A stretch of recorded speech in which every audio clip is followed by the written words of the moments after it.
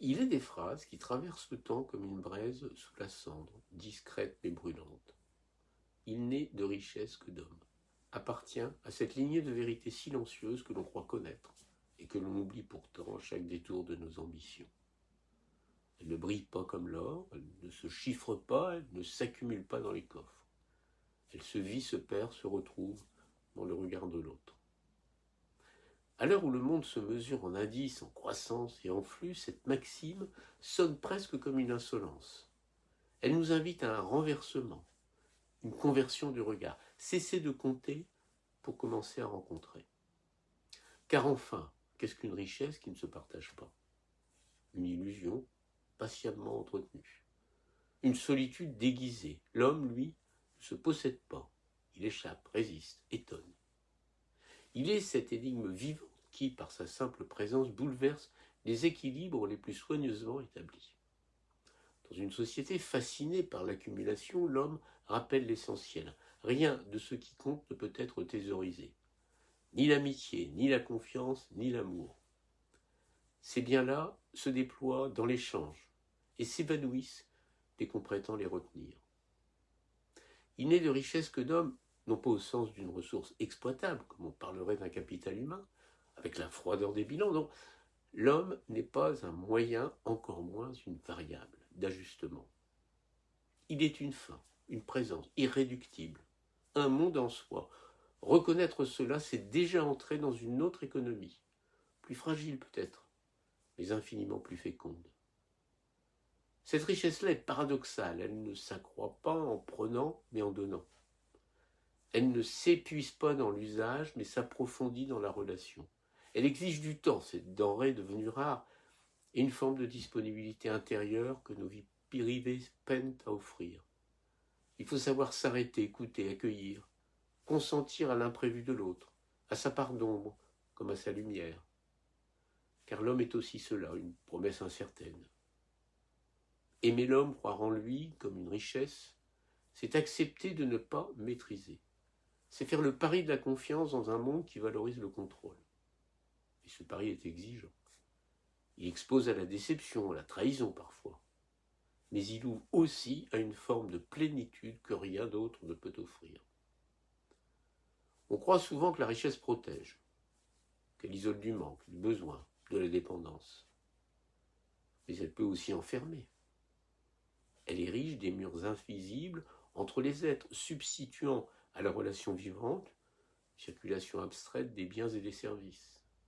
On échange sans se rencontrer.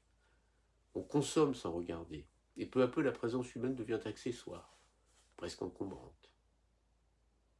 Alors il faut réapprendre. Réapprendre à voir dans chaque visage une singularité, une histoire, une dignité irréductible. Réapprendre que la valeur d'un être ne se mesure ni à sa productivité, ni à son utilité. Réapprendre que la fragilité n'est pas une faiblesse, mais une ouverture. C'est souvent dans la vulnérabilité que se tissent les liens les plus profonds. Il n'est de richesse que d'homme nous rappelle aussi notre interdépendance. Nul ne se suffit à lui-même. Nous sommes faits de rencontres, d'héritages, de transmissions invisibles. Même nos pensées les plus intimes portent la trace des autres. Nous sommes des carrefours, des passages. Et cette réalité, loin de nous diminuer, nous élève. Elle nous inscrit dans une histoire plus vaste que nous. Dans cette perspective, la richesse devient responsabilité. Si l'homme est la véritable richesse, alors chaque relation est un trésor fragile qu'il convient de préserver. Chaque indifférence est une perte, chaque mépris une dilapidation. A l'inverse, chaque geste de reconnaissance, chaque parole sincère est une manière d'enrichir le monde. Il ne s'agit pas d'idéaliser naïvement l'humanité. L'homme est capable du pire comme du meilleur. Mais précisément, c'est cette capacité même qui fonde sa valeur. Il est un être des possibles et croire en lui, c'est parier sur sa capacité de se dépasser, à créer, à aimer malgré tout. Et peut-être est-ce là le plus profond de cette maxime. Nous rappeler que la véritable abondance n'est pas dans ce que nous possédons, mais dans ce que nous partageons. Que la pauvreté la plus redoutable n'est pas matérielle, mais relationnelle. et qu'un monde riche d'hommes est un monde où chacun a sa place, sa voix, sa part de lumière. Dans le tumulte de nos existences, il est tentant d'oublier cette évidence, de se laisser happer par la logique des chiffres, des performances, des apparences. Mais il suffit parfois d'une rencontre, d'un regard échangé, une parole inattendue, pour que tout se réordonne, pour que l'on se souvienne avec une clarté presque douloureuse que rien ne vaut vraiment en dehors de l'humain.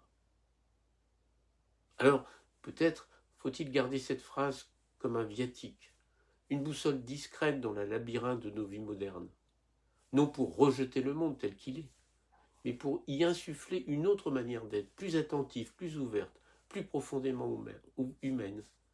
Car au bout du compte, que restera-t-il de nos existences? Ni nos comptes, ni nos possessions. Mais les liens tissés, les présences offertes, les instants partagés, cette richesse-là ne se voit pas toujours. Elle ne fait pas de bruit. Mais elle est sans doute la seule qui ne se perde jamais tout à fait.